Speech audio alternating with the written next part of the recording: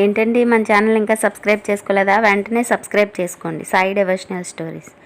శ్రీ సీతారాముల కళ్యాణోత్సవం అంటే మనకు వెంటనే గుర్తుకు వచ్చేది భద్రాచలం శ్రీ సీతారాముల వారి కళ్యాణం.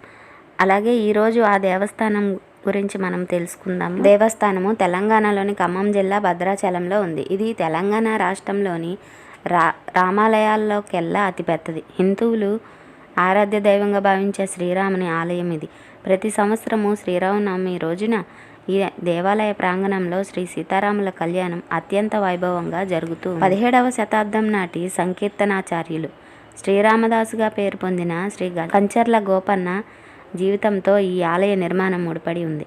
17వ శతాబ్దము 2వ భాగంలో కంచర్ల గోపన్న భద్రాచలం తహసీల్దార్గా ఉన్నప్పుడు ప్రభుత్వానికి తెలియకుండా ఈ ఆలయ నిర్మాణం కోసం ప్రభుత్వ ఖజానాకు సంబంధించిన ధనాన్ని ఉపయోగించారని గోల్కొండలోని ఒక చెరసాలలో ఇతనిని బంధించారు.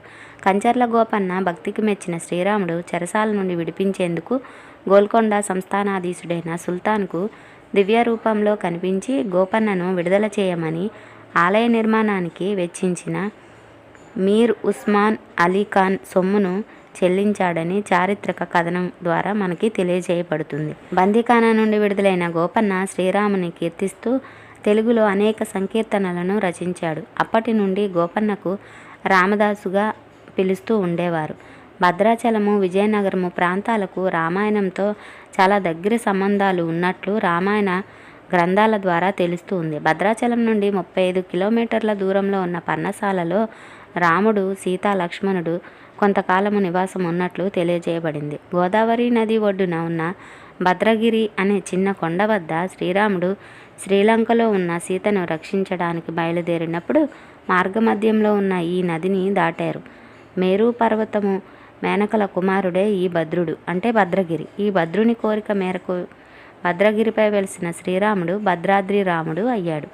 ఈ భద్రగిరిపై వెలిసిన శ్రీరాముని ఆలయమే శ్రీ సీతారామచంద్ర స్వామి దేవస్థానం. ముస్లిం మతంలో పుట్టిన కబీర్దాసుకు కూడా ఈ ఆలయంతో దగ్గర సంబంధం ఉంది. కబీర్దాసు ఒకసారి ఆలయంలోకి ప్రవేశిస్తూ ఉన్నప్పుడు అతన్ని నిరాకరించడంతో ఆలయంలోని దివ్య చిత్రాలు అదృశ్యమయ్యాయని, మళ్ళీ అతనిని ఆలయంలోకి ప్రవేశించినందుకు అనుమతి ఇవ్వడంతో దివ్య చిత్రాలు పునర్దర్శనము అయ్యాయని చెబుతూ ఉంటారు.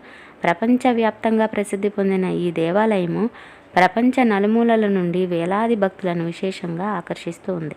పవిత్రమైన గోదావరి నదిని ఈ కొండను చుట్టుకొని దక్షిణ దిశ వైపుగా ప్రవహిస్తూ ప్రకృతి అందాలను ఒలకబోస్తూ ఒక ప్రసిద్ధ పుణ్యక్షేత్రంగా బాసిల్లేలా భద్రాచలంకి మరింత తోడ్పాటును అందిస్తుంది. మేరు పర్వతము మేనకలకు లభించిన వరం వల్ల పుట్టిన బాలుడే ఈ భద్రుడి వలనే ఈ చిన్న కొండను భద్రగిరి అని, ఇక్కడ ఏర్పడిన ఊరికి భద్రాచలము అని పేరు. శ్రీరాముల వారి దేవాలయాల్లో ఉండే శ్రీరాముని విగ్రహము 2 చేతులతో మానవుని రూపం పోలి ఉంటుంది. కానీ భద్రాచలం దేవాలయంలో ఉండే శ్రీరాముని విగ్రహము 4 చేతులతో శ్రీరామునిలా కుడి చేతిలోని బాణంను, ఎడమ చేతిలో విల్లును ధరించి, అలాగే విష్ణువు మాదిరిగా కుడి చేతిలో శంఖమును, ఎడమ చేతిలో చక్రమును ధరించి ఉంటుంది.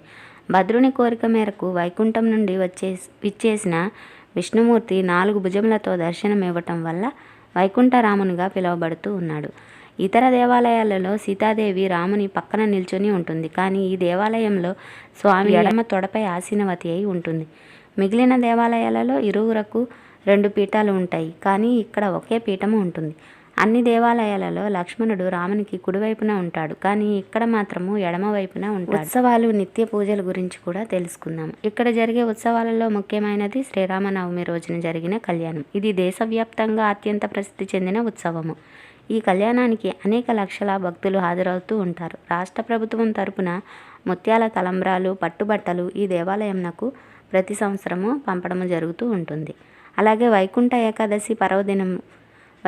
ఏకాదశి రోజు విష్ణుమూర్తి నేరుగా వచ్చి భద్రునికి దర్శనము ఇవ్వటం వల్ల వైకుంఠ ఏకాదశి పర్వదినము, ఉత్తర ద్వార దర్శనము ఈ క్షేత్రంలో చాలా ప్రసిద్ధి చెందింది. తమిళనాడులోని శ్రీరంగం నుండి రామదాస్చే తీసుకురాబడిన 6 వంశాలకు చెందిన శ్రీ వైష్ణవ ఆచార్యుల కుటుంబాలు ఇప్పటికీ భద్రాచలంలో నిత్య పూజలు నిర్వహిస్తూ ఉంటారు. రామానుజుల వారిచే శ్రీరంగంలోని నిర్ణయించబడిన విధంగానే ఇక్కడ ఆలయంలోని కూడా ప్రత్యేక పూజలు నిర్వహిస్తారు. ఇది భద్రాచలం నుండి 35 కిలోమీటర్ల దూరంలో ఈ పర్ణశాల ఉంది. సీతారామ లక్ష్మణులు తమ వనవాస సమయంలో ఇక్కడ నివసించారని భావిస్తారు. వారి వనవాస సమయంలో కొన్ని అందమైన దృశ్యాలు ఇక్కడ చిత్ర శిల్ప రూపాల్లో ప్రదర్శింపబడుతూ ఉంటాయి. ఉదాహరణకు సీతను ఎత్తుకుపోయిన మాయలేడి రూపంలో వచ్చిన మారీచుని బొమ్మ, పర్ణశాలకు సమీపంలో ఉన్న సీతమ్మ వాగు వద్ద సీతాదేవి ఆరవేసిన చీర గుర్తులను, ఆమె పసుపు కుంకుమలు సేకరించిన రాళ్లను, కొన్ని చిహ్నాలను మనకు చూపిస్తారు. నదికి అవతలి వైపున రావణుని రథపు జాడలు, కొన్ని గుర్తులను చూపిస్తారు. రావణుడు సీతను అపహరించిన ప్రదేశము ఇది. సీతా వియోగాన్ని పొందిన శ్రీరామచంద్రుడు శోకమూర్తిగా కనిపిస్తాడు. భద్రాచలంలో ఉన్న రామచంద్రమూర్తి ముఖంలో ఉండే తేజస్సు ఈ పర్ణశాలలో రామునిలో కనిపించదు. శ్రీరామనవమి రోజున ఇక్కడ కూడా కళ్యాణోత్సవం జరుగుతుంది.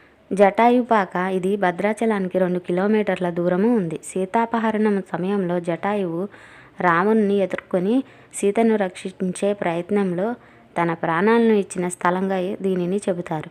జటాయువు యొక్క రెక్క ఇక్కడికి 55 కిలోమీటర్ల దూరంలో ఉన్న విఆర్పురం మండలంలోని రేకపల్లి గ్రామంలో పడిందంట. దమ్ముగూడెము ఇక్కడ జరిగిన భీకర యుద్ధంలో రాముడు 14,000 మంది రాక్షసులను హతమార్చాడంట. ఆ రాక్షసుల బూడిదపై ఈ గ్రామము ఉంది కనుక దీని పేరు దమ్ముగూడెము. ఇక్కడ రాముణ్ణి ఆత్మారాముడు అంటారు. గుండాల ఇవి భద్రాచలానికి 5 కిలోమీటర్ల దూరంలో ఉన్న వేడి నీటి బుగ్గలు. ఇక్కడ నది ఒడ్డున ఎక్కడ తవ్వినా వేడి నీరు ఊరుతూ ఉంటుంది. బ్రహ్మ, విష్ణువు, మహేశ్వరుడు చలికాలంలో ఇక్కడ స్నానాలు చేస్తూ ఉంటారంట. శ్రీరామగిరి ఇది గోదావరి దిగువన 55 కిలోమీటర్ల దూరంలో ఉంటుంది.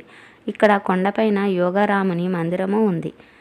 పాపికొండలు తూర్పు కనుమలలోని దట్టమైన అడవులతో కూడిన ఒక కొండల శ్రేణి. ఇవి ఖమ్మం జిల్లా, పశ్చిమ గోదావరి, తూర్పు గోదావరి జిల్లాల నడుమ ఆనుకొని ఉన్నాయి. సుందరమైన గోదావరి నది, కొండలు, ఆహ్లాదకరమైన వాతావరణము. భద్రాచలం నుంచి పడవలో ఇక్కడికి వెళ్ళే సౌకర్యము ఉంటుంది. పాపికొండల ప్రాంతంలో సాధారణంగా చెట్లు, ఆకులు రాల్చవు.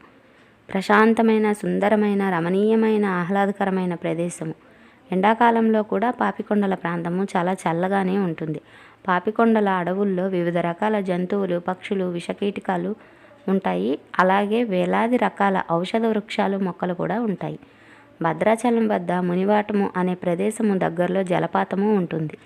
ఇక్కడే ఒక శివలింగము సర్పం నీడలో అద్భుతంగా ఉంటుంది. పాపికొండల వద్ద గోదావరి చాలా తక్కువ వెడల్పుతో ఈ 2 కొండల మధ్య ప్రవహిస్తూ ఆ వాతావరణానికి మరింత రమణీయతను తెచ్చిపెడుతుంది.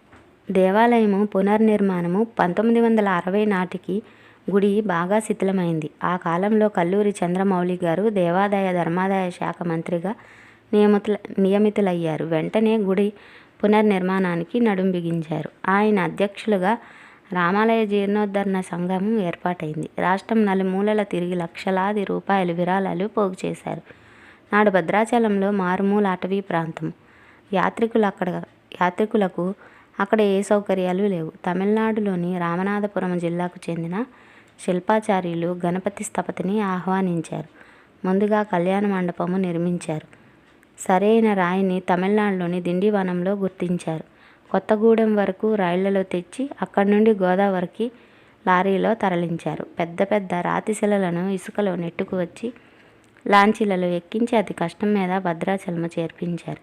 చంద్రమౌళి నగర్లో 500 శిల్పులు 3 లక్షల ఖర్చుతో సకల కళాశోభితమైన కళ్యాణ మండపము నిర్మించారు. రామాలయానికి దక్షిణాన ఉన్న రంగనాయకుల గుట్టపై రామదాసుకు ధ్యాన మందిరము నిర్మించారు.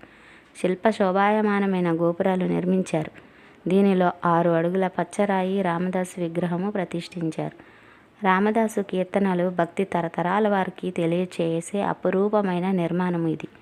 ప్రధాన ఆలయాన్ని పూర్తిగా నల్లరాతి సౌందర్య శిల్పాలతో నిర్మించారు. ఈ రాతిని సమీపంలోని తాటియాకుల గూడెంలో సేకరించారు. మహామండపాన్ని అష్టలక్ష్ములు, దశావతారాల శిల్పాలతో అలంకరించారు.